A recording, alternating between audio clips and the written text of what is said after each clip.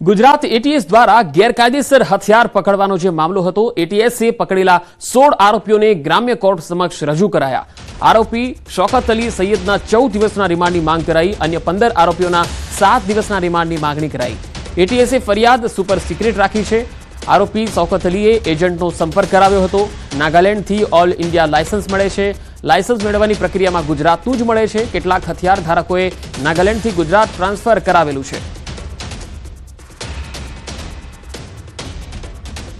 16 આરોપીઓને ગ્રામ્ય કોર્ટ સમક્ષ રજૂ કરવામાં આવ્યા છે. આરોપી શૌકત અલી એ એજન્ટનો સંપર્ક કરાવ્યો હતો. વધુ માહિતી મેળવીએ સંવાદદાતા મૌલિક ધામેચા જોડાયા છે.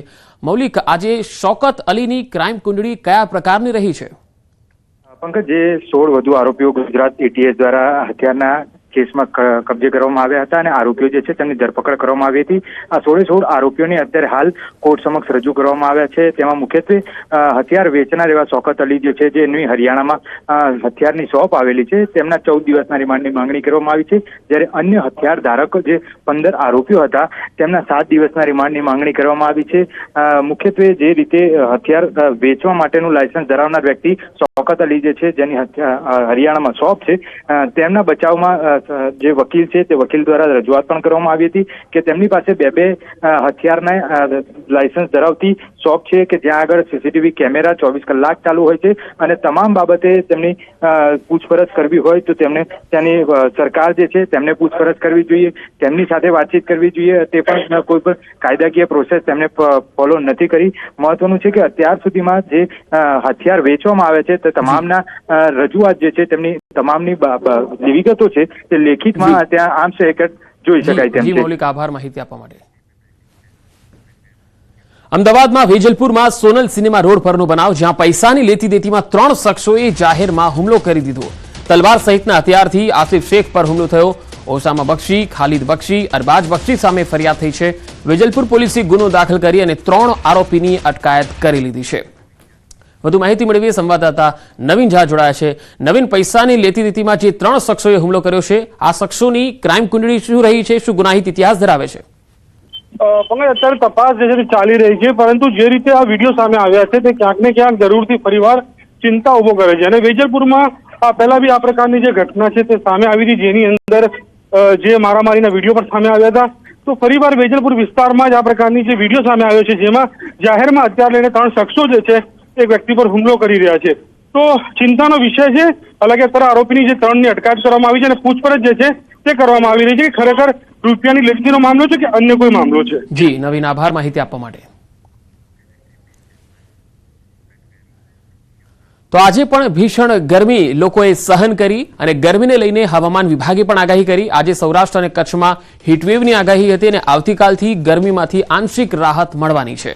પશ્ચિમ ઉત્તર પશ્ચિમના જે પવનો ફૂંકાઈ રહ્યા છે અને પવનની દિશા બદલાતા તેમજ વેસ્ટર્ન ડિસ્ટર્બન્સના કારણે તાપમાનમાં ઘટાડો જોવા મળશે. આવતીકાલથી ધીમે ધીમે 2 થી 4 ડિગ્રી તાપમાન ઘટી જશે. આજે દરિયાકાંઠાના વિસ્તારમાં ભેજ અને ગરમ પવન ફૂંકાશે. पहले मैं जो 24 घंटे में रियलाइज वेदर है उसके बारे में बताता हूँ. जो कच्छ में और सौराष्ट्र में आइसोलेटेड पॉकेट्स में तीव्र उष्ण लहर आई है और सौराष्ट्र कच्छ है जो और कुछ स्थानों पर उष्ण लहर आई है. गुजरात रीजन में भी इक्का दुक्का पॉकेट्स में उष्ण लहर की स्थिति रही है. जो हमने फोरकास्ट दिया है आज की कंडीशंस के अकॉर्डिंग, आज भी आइसोलेटेड पॉकेट्स में सौराष्ट्र कच्छ में ऑरेंज अलर्ट के साथ हमने हीट वेव दिया है, जिसमें कच्छ, पोरबंदर और मोरबी है. और गुजरात रीजन में 2 डिस्ट्रिक्ट्स में दिया है, साबरकांठा और बनासकांठा. और आज से जहाँ तक मैं अधिकतम तापमान का सवाल है, 2 से 4 डिग्री की गिरावट अगले 3 दिनों में रहेगी. उसके बाद फिर उत्तरोत्तर वृद्धि होगी 2 से 3 डिग्री की मैक्सिमम टेम्परेचर्स में. તો ભૂલ ન કરતા ગરમી હજુ પણ પીછો નથી છોડવાની. 24 કલાક બાદ ગરમીમાં રાહત તો મળશે, પરંતુ ફરી આવી શકે છે આખરી ગરમીનો રાઉન્ડ.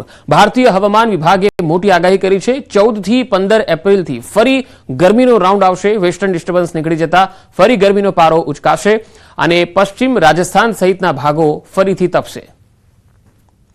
हमारा यही था कि जो हीट वेव है मेजरली आज तक ही रहने का अनुमान है नॉर्थ वेस्ट इंडिया में.